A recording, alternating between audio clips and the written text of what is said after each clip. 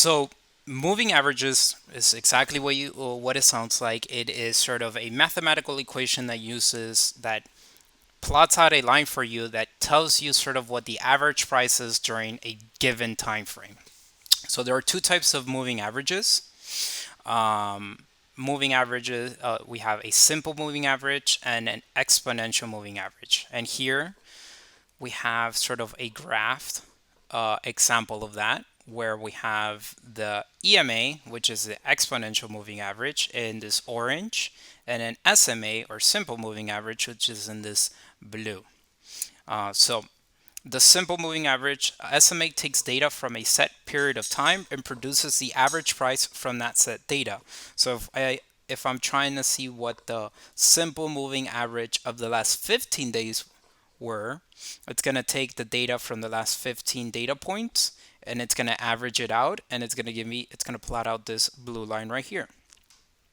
Each new data set is used and old is regarded. So if we move over one day, over the most recent date is going to be added to the equation, and then the oldest date is going to be removed. So we're only always looking at the last 15 days, or 10 days, or 20, or 50, or 100, or 20, or 200 days. We're only going to be using those 10 or 15 days. We're not going past that period. So if we're looking at a 15-day simple moving average, we're only ever looking at that time frame. For example, 10-day SMAs uses the last 10 days of data only. It doesn't use anything else before it or anything else after it. Well, I can't use anything else before or technically after, because it's lagging indicator, which we'll talk about in a second, because it's taking the last 10 days. It does not take today's current data into account. It'll take that into account tomorrow for the new data. All values are weighted the same, so it doesn't matter what the price was today, yesterday, the day before yesterday, 2 days before yesterday, they all are weighted the same. As opposed to an exponential moving average, an EMA is similar to an SMA, so very similar, but takes into account the weight of the data set. So the more recent the data, the heavier the weight of that data. So what that gives us in return is that in short terms, or any term that we're looking at, the data or the line is going to be more responsive to the price action that is happening. So it's more likely to respond to price reversal. It's faster in responding to price reversal, and it's usually good for short term. So if we look at the example here of this picture, it's why I chose it, because I think it's an awesome example of A, how they compare to each other, and B, how they react in the same with the same data set. So notice how the exponential moving average, the yellow line, responds to price changes faster than the simple moving average. So right about here, they're about the same. It's going up. The price here is higher, but this blue simple one is kind of straight. The EMA sort of bubbles a little bit more to represent that higher price action. It sort of tapers down a little bit because there's a little bit of a vertical, or sorry, horizontal movement of price, meaning there's not much of a price change, whereas the SMA just keeps going straight. Then there was a huge sell-off that then the SMA sort of takes into account, but the EMA is already taking into account down here and is showing us an even lower average overall, whereas the SMA is still kind of taking its sweet time to lower, right? So they both are using the same exact data, but because the exponential moving average is taking into account the date frame or the time frame that data was received, it is responding quicker. And then therefore, if you're a short term trader, it may be better for you to use an exponential moving average as opposed to a simple moving average, where longer trades are going to be more favorable, or you're not really caring too much about short-term price changes, which is where the next step comes in. So how to use moving averages. Well, moving averages are lagging indicators, meaning they're taking into account previous price action, not current. So that's going to give us a lag indicator, meaning that we're still, the data that indicator is telling us is not telling us a relationship of future price, but it's telling us a relationship of previous price. Now that's good because it's going to give us an idea as to where the overall market sentiment is or was, and where it could head going into the future, which will in turn help us identify better candle trends in the process.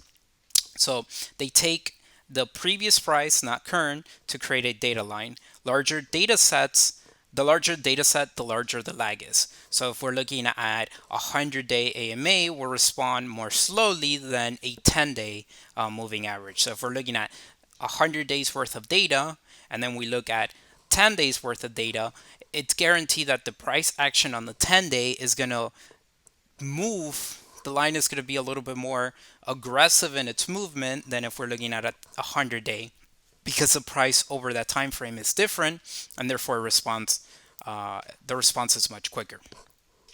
Normally, when you're looking at AMAs, you're looking at 10 days, 30 days, and 10 and 30 days in crypto world, mainly because crypto is so quickly. And if you're doing short-term trading, you're probably going to be doing it, within 10 days at most. 30 days, if there's not enough data or the crypto is new, you're probably using a lower data set. Whereas in more traditional markets, 50, 100, and 200 are the most reasonable. For example, if we're looking at Bitcoin, we're probably looking at the 50, 100, and 200 moving average rather than 10 and 30 days, unless you're sort of day trading Bitcoin or short term trading Bitcoin. Um, Whereas if we're looking at something like AVAX or even something as Mover that doesn't necessarily have enough data, we're probably going to be looking at the shorter time moving averages of 50 or 30 days, just because it's going to give us more data to work with than if we put it at 100 where there's not enough data to work with in those terms. The other important thing, if you're doing more long term, you're going to be looking, the most important factors are 50 days and 200 days moving average, and I'll show you that now in a second with an actual chart. These are generally considered important trading signals, and over time you'll start to realize that there's this crossover signals, which is when one short-term trading moving average sort of swaps positions with a longer period moving average, like we see in the chart right there. And this is generally have dictated some crossover between price and therefore a potential trend reversal. So in the example that we see here is we see a 200-day moving average or simple moving average, which is signified by the red line, and a simple moving average of 50 periods or 50 days or 50 candlesticks, and it dictates the performance. So we see that it keeps going down, and as long as the short-term moving average is under the long-term moving average, then it seems that we're in a bearish trend. But as soon as it crosses over, then we get this trend reversal where the 50-day simple moving average now has a much better price action, a positive or bullish price action, and then the 200 simple moving period is now at the bottom, and then therefore we have seen a trend reversal of a bullish trend. So there's ways that you could use this crossover event as signifiers to identify new trends that are being created. However, they should not only be used as your only signifier to identifying trends, because as you'll see, moving averages, or as I stated, moving averages are lagging indicators. They're not necessarily going to give you the most recent price action until the time frame has elapsed, and therefore the trend that line is giving you is going to be behind as to what's happening. So it's a good tool to utilize in your toolbox along other patterns to determine where price action can go. So I'll show you, I know we're sort of going over time today because it was kind of a long thing, but I'll show you more or less. So I have here my white moving average line of 50 days on Bitcoin, and we see that over a 50-day period or a 50-day, it could be 50 blocks, 50 candles, you could call it. It's basically taking the action of these 50 candles and combining it to generate this line. So as we could see here, if I'm only looking at this trend, I see that there's a bearish sort of sentiment here, but there's a reduction, right? It's coming down. But if I were to grab another moving average, so we'll go to moving average and I plot it for 200 days, you're going to see a very different line that it was generated. So let's change the color on it so we see it a little bit better. We'll call it red, right? So I see that overall, if I look at the grand scheme of things of Bitcoin, and Bitcoin, this is on the weekly, so it's gonna be shorter. But if I were to go back to say, 200 days, there we go. It looks a little bit different. What we still see overall is that trend-wise, at least on the day, it's now a little bit, it coalesces a little bit more with the current price situation. But we also see that the 50-day AMA is now sort of under is giving us some support on the short-term price action of Bitcoin. Whereas if I go over to the weekly, what I still see is that overall, Bitcoin is in a pretty solid place as it's still well above its 200-day AMA and then its 50-day price action or 50 block time frame, 50-week price action, which is a shorter time frame, is still well above it. So it's all relative to the time frame that you're looking at, like Nick was talking about. Now, in future classes, we'll talk about how this can be used as support and resistance as well. As you can see here, generally when there's a point period and where the AMA, the moving average line, is touching a point like this, it could be considered a support area. And as we saw, there was some support here and then the bounce off the price. And if we look into the day chart, we also currently see that on the 50-day or any moving average that gets close to a time frame, it's sort of bouncing off of it and it's acting as a support line for it, right? Now this could become a resistance point as it sort of did here. This 200-day resistance point could happen. We might even see a crossover where, like we saw over here, crossover, profitable, or upward trend, and then it's sort of going down, down, down, down. We saw the crossover, and now we're lower than we've been in a bit, and we might see a crossover again somewhere in this region right here that could signify a bullish trend reversal. So that's it for today, guys. That sort of covers everything that I wanted to talk about. I am going to be putting or sharing this presentation on the recordings Discord channel. So I'll drop it somewhere in here so that you guys could look at it and read it over it.